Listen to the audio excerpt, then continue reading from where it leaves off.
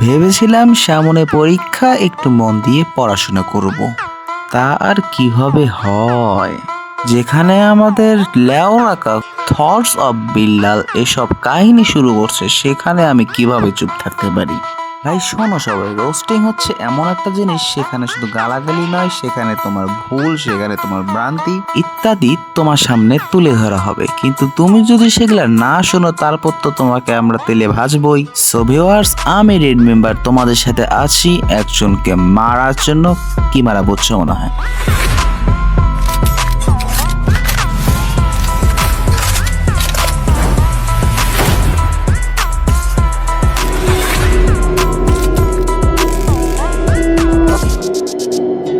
Thoughts of Billal, thoughts of Billal, thoughts of Billal.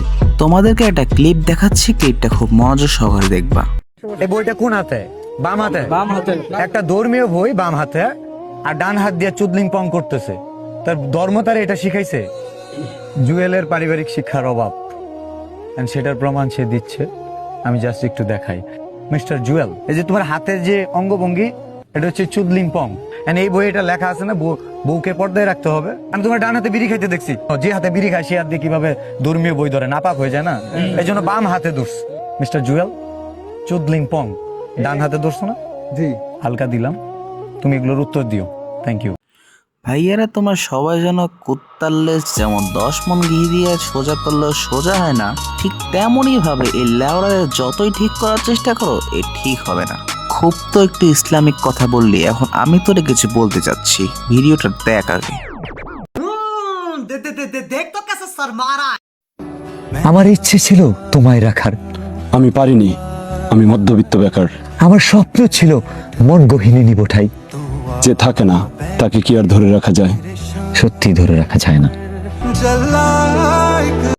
এখন ভাই, এই দুইটা ভিডিওর মধ্যে পার্থক্য কি, তারা যারা বুদ্ধিমান তারা এতক্ষণে বুঝে গেছে। প্রথম ভিডিওতে দেখলাম ইসলামিক কথা, দ্বিতীয় ভিডিওতে দেখলাম যে হুজুরে নাকি প্রেম প্রীতির কথা বলতেছে। বাবারে, সে না হয় এক হাতে ইসলামিক বই রাখছে, অন্য হাতে তোমার সেটা দেখাইছে। বুঝছো? তুমি ভালো করে জানো যে চুদিং পং তোমাকে দেখাইছে, অন্য কাউকে দেখায় নাই। তো টপিক ওটা না, টপিক হচ্ছে এটা যে এই হুজুরা নিয়ে এত ভিডিও বানাচ্ছে। আমার কথা, হুজুর আবার প্রেম প্রীতিও করে নাকি? এই কন্ট্রোভার্সির মূল হচ্ছে তোমার ওই বইটা। তোমার ওই বইটা আমি ভালো করে দেখছি। তোমার ওই বইয়ের মধ্যে যদি পাবলিকের ভালো করার জন্য একটা লাইনও থাকতো, তাহলে তোমার কেউ রোস্ট করতো না, আর পাবলিকরাও এত বোকা না। কিন্তু কিছু কিছু অরিস্টিক পোলাবাইন আছে যারা তোমার সাপোর্ট নেবে এবং তোমারে মহান দাবি করতেছে। কিন্তু আসল লেজেন্ড তো তারাই যারা তোমার চুরলিম্বং দেখায় এবং তোমারে কোনো দামে দেয় না।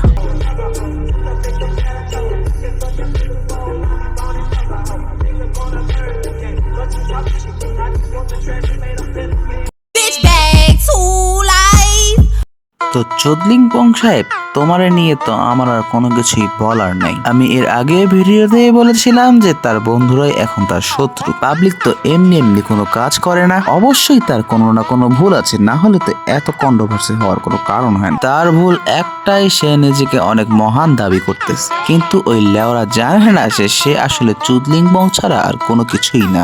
সো তোরে নিয়ে ভিডিও বানার আমার কোনো টাইম নেই, প্লাস আমার পরীক্ষা সামনে এবং আমার পড়াশোনা করতে হবে। অনেকে বলবে তুমি এখনো ছোট, পড়াশোনা করো, তাও তুমি রোস্টিং কেন করো? তাদের উদ্দেশ্যে আমি একটা কথা বলতেছি, ভালো করে শুনেন। কিছু কিছু মরিচ আছে দেখতে ছোট হলেও ঝাল কিন্তু অনেক। আমার রোস্টিং এর যাত্রা কেবল শুরু, এবং ইনশাআল্লাহ একদিন আমার ভিডিও সবাই দেখবে। সো এটাই আমার প্রকাশিত বিল্লালের নিয়ে লাস্ট ভিডিও, এবং আমি এর কোনো সেকেন্ড ভিডিও বা থার্ড ভিডিও আনবো না। সো ভিউয়ার্স, আজকের ভিডিওটা এই পর্যন্তই। দেখা হবে অন্য কোনো নতুন রোস্টিং ভিডিওতে। তোমাদের সাথে আমি রেড মেম্বার আবারও চলে আসবো। ততক্ষণ পর্যন্ত সবাই সুস্থ থাকবা, ভালো থাকবা এবং আমাকে সাপোর্ট করবা। আল্লাহ হাফেজ।